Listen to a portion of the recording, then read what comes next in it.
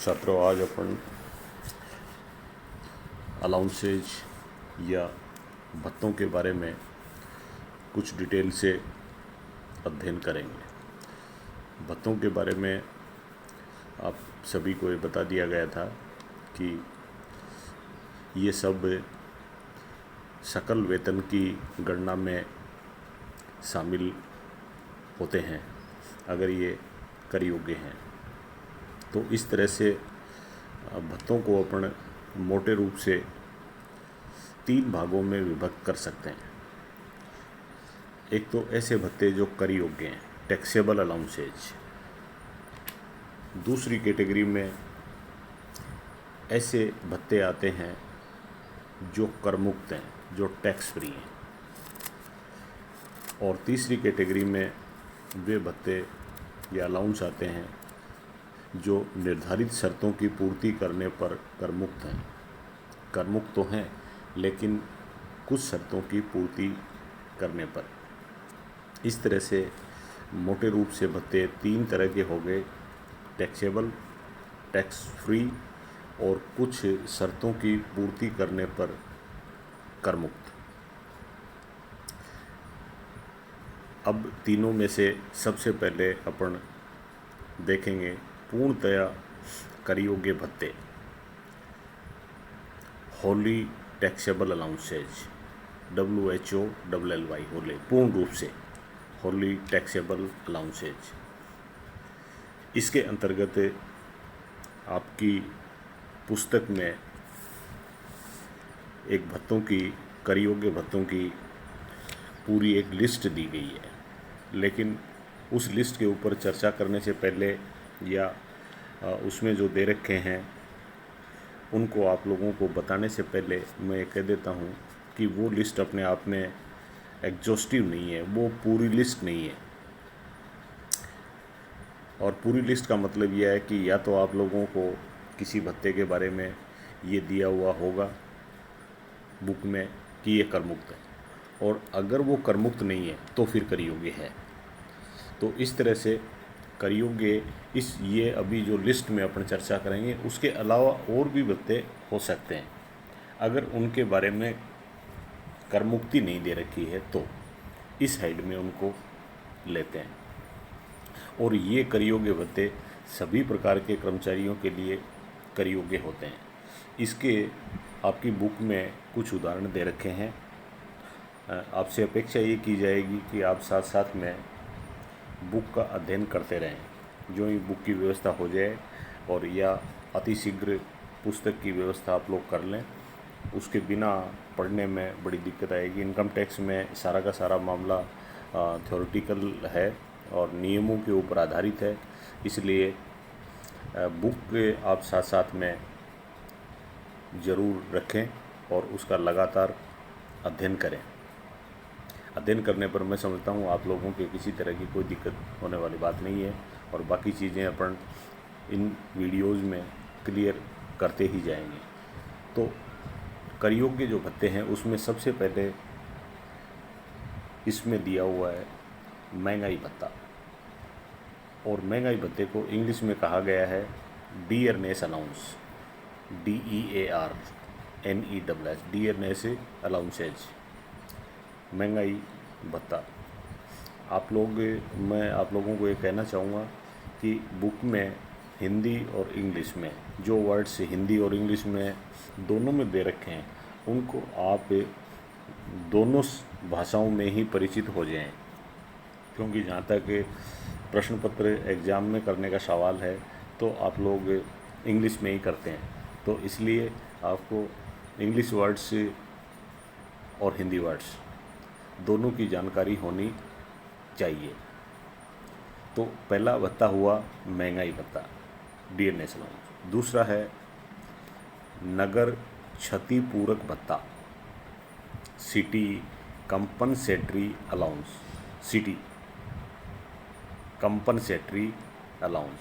Compensate मानी होता है क्षतिपूर्ति करना, COMPENSATE, कंपनसेट, और कंपनसेट से बन गया कंपनसेटरी। तो सिटी कंपनसेटरी अलाउंस, नगर क्षतिपूरक भत्ता। ये भत्ते बड़े शहरों में रहने वाले कर्मचारियों को दिए जाते हैं, क्योंकि बड़े शहरों के अपने अलग तरह के खर्चे होते हैं। अतः कर्मचारी के ऊपर बड़े शहर में रहने का ज़्यादा प्रभाव न पड़े, इसलिए जो बड़ी सिटीज़ में रहते हैं, बिग सिटीज़ में रहते हैं, उनको ये भत्ता दिया जाता है, नगर क्षतिपूरक भत्ता। फिर उसके बाद में स्थायी चिकित्सा भत्ता, फिक्स्ड मेडिकल अलाउंस। फिक्स्ड का मतलब साल भर के लिए एक राशि फिक्स कर दी जाए कि भाई इतनी राशि दी जाएगी, वो मंथली भी दी जा सकती है, उसको कहते हैं फिक्स्ड मेडिकल अलाउंस। फिर उसके बाद में आता है प्रतिनियुक्ति या डेपुटेशन अलाउंस। और डेपुटेशन होता है DEPUTATION, डेपुटेशन, यानी अल्प समय के लिए किसी कर्मचारी की सेवाएं नियोक्ता किसी दूसरे स्थान पर लेता है तो वो उसको डेप्यूट कर देता है, प्रतिनियुक्त कर देता है, किसी की जगह नियुक्त कर देता है, और बदले में उसको उस जगह पर जाने के एवज में कुछ खर्चे होते हैं कर्मचारी के, उनकी पूर्ति करने के लिए भत्ता दिया जाता है। उसको कहते हैं डेपुटेशन अलाउंस, जो कर योग्य होता है। नौकर रखने के लिए भत्ता, सर्वेंट अलाउंस। वार्डनशिप अलाउंस, वार्डन आप जानते हैं हॉस्टलों में वार्डन होते हैं, उनको भी अलाउंस मिलता है, और जिसका नाम होता है वार्डनशिप अलाउंस। नेक्स्ट है फिर उसके बाद में प्रॉक्टरशिप अलाउंस, PROCTOR, प्रॉक्टरशिप अलाउंस। प्रॉक्टर होता है कुलानुशासक, जो अनुशासन बनाए रखने का काम करता है। सामान्य रूप से ये जो पद होता है वो विश्वविद्यालयों में या यूनिवर्सिटीज़ में होता है, और उसको कहा गया है प्रॉक्टरशिप अलाउंस। फिर उसके बाद में project allowance, tiffin allowance, over time allowance. कर्मचारी अगर निर्धारित घंटों के बाद में भी काम करता है तो उसको ओवर टाइम अलाउंस दिया जा सकता है, जो कर योग्य होता है। ग्रामीण भत्ता, rural allowance, RURAL, rural allowance. Interim relief, अंतरिम राहत। अगर कर्मचारी को अंतरिम राहत के रूप में राशि दी जाती है तो वो भी कर योग्य है और भत्तों में शामिल है, तो उसको कहते हैं इंटरिम रिलीफ, अंतरिम सहायता। प्रैक्टिस न करने का भत्ता, non practising allowance.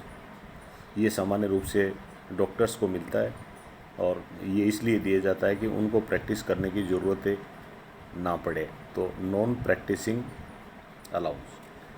Guard allowance, lunch और dinner allowance, telephone allowance, family allowance और ट्रांसपोर्ट अलाउंस।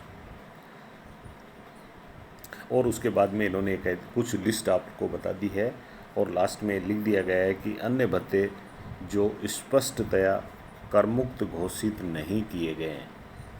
इस लिस्ट में और भी सारे भत्ते ये कहते हैं शामिल हैं, अगर उनको स्पष्टतया करमुक्त घोषित नहीं किया गया, तो इसका मतलब कर योग्य भत्ते वो हैं जो करमुक्त नहीं है। तो अपने को ये देखना पड़ेगा फिर ध्यान से कि करमुक्त कौन से हैं। अभी जो भत्ते देखे अपन ने वो कर योग्य भत्ते, और अब उसके बाद में देखते हैं करमुक्त भत्ते, जिनके ऊपर कर नहीं लगता या वेतन शीर्षक की आय में अपन शामिल नहीं करेंगे, वो भत्ते करमुक्त कहलाते हैं, और इंग्लिश में उनको कहते हैं Holi exempted allowance. Holi exempted, EXEMPTED, exempted allowance. पूर्णतया करमुक्त भत्ते। पूर्णतया करमुक्त में सबसे पहले आता है भारत सरकार के कर्मचारियों को, भारत सरकार का कर्मचारी हो, और भारत के बाहर दिए गए भत्ते या विदेश भत्ता। भारत सरकार का कर्मचारी जिसकी सेवाएं सरकार भारत के बाहर लेती है, उसके बदले में उसको अगर कोई भत्ते या विदेश भत्ता दिया जाता है, विदेश में सेवा करने के लिए कोई भी भत्ता दिया जाए या अनुलाभ दिया जाए, तो वो पूर्ण रूप से कर मुक्त होगा। लेकिन उसके वेतन पर कर जरूर लगेगा। ये बात करी है अपन ने भत्तों के संबंध में। तो फॉरेन अलाउंस है वो टैक्स फ्री है। फिर उसके बाद में दूसरा कर मुक्त भत्ता आता है हाई कोर्ट और सुप्रीम कोर्ट के न्यायाधीशों के लिए। हाई कोर्ट और सुप्रीम कोर्ट के जजेज को ये कहते हैं कि इसमें मुफ्त में आवास की सुविधा के बदले दिया गया भत्ता उनके लिए कर मुक्त होता है। न्यायाधीशों के लिए मुफ्त आवास सुविधा के बदले में अगर कोई भत्ता, आवास के बदले में कोई भत्ता दिया जाता है तो वो कर मुक्त है। और इसी तरह से दूसरा भत्ता उनको दिया गया जिसका नाम है सत्कार भत्ता, और इंग्लिश में इसका नाम है sanctuary allowance, SUMPTUARY, sanctuary allowance, सत्कार भत्ता। तो ये भत्ते अगर जजेज को दिए जाते हैं, और जज होना चाहिए हाई कोर्ट और सुप्रीम कोर्ट को, तो उनके लिए कर मुक्त है। कर मुक्त में तीसरा भत्ता आता है संयुक्त राष्ट्र संघ से प्राप्त भत्ते, allowances received from United Nations Organization, UNO, United Nations Organization से, UNO से अगर कोई भत्ते मिलते हैं UNO के कर्मचारियों को, तो वो कर मुक्त होंगे। ये कर मुक्ति दी गई है। और उसके बाद में एक कर मुक्त भत्ता आगे है सार्क सदस्य देशों से प्राप्त भत्ते। सार्क सदस्य देश, सार्क को अपन ने संक्षेप में इन्होंने लिखा है SAARC, सार्क। और सार्क की फुल फॉर्म है south Asian association of regional cooperation, SAARC. तो सार्क के जो सदस्य देश हैं उनमें सेवा करने के लिए किसी अध्यापक, प्रोफेसर या रिसर्च स्टूडेंट को दूसरे सार्क देश में सेवा के लिए जाने की तिथि से 2 वर्ष तक की अवधि के लिए प्राप्त वेतन और भत्ते कर मुक्त होते हैं। और फिर लास्ट में एक कर मुक्त भत्ता दे रखा है संघ लोक सेवा आयोग के अध्यक्ष एवं सदस्यों को प्राप्त भत्ते। संघ लोक सेवा आयोग के अध्यक्ष, संघ लोक सेवा आयोग को कहते हैं UPSC, union public service commission, जो दिल्ली में है। संघ लोक सेवा आयोग जो अखिल भारतीय सेवाओं की नियुक्ति की बॉडी है, यूपीएससी। तो संघ लोक सेवा आयोग के अध्यक्ष और सदस्य जो भी हैं उनको प्राप्त भत्ते, वो परिवहन भत्ता हो सकता है या सत्कार भत्ता हो सकता है, पूर्णतया कर मुक्त होते हैं। तो अपन ने आज 2 तरह के भत्ते देखे। एक तो जो पूर्ण रूप से कर मुक्त हैं, और फिर एक ऐसे जो कर योग्य हैं। फिर उसके बाद में एक तीसरी कैटेगरी आती है भत्तों की, अंशतः कर मुक्त भत्ते, और इंग्लिश में इसको कहेंगे पार्टली एग्जेम्प्टेड अलाउंसेज, अंशतः कर मुक्त भत्ते। इसका मतलब ये है कि ये भत्ते पूर्ण रूप से तो कर मुक्त नहीं है, लेकिन अंशतः कर मुक्त है। जो भत्ता मिलता है उसकी कुछ राशि कर योग्य होती है और कुछ राशि करमुक्त होती है। इनके ऊपर विस्तार से चर्चा अपन कल करेंगे। Thank you.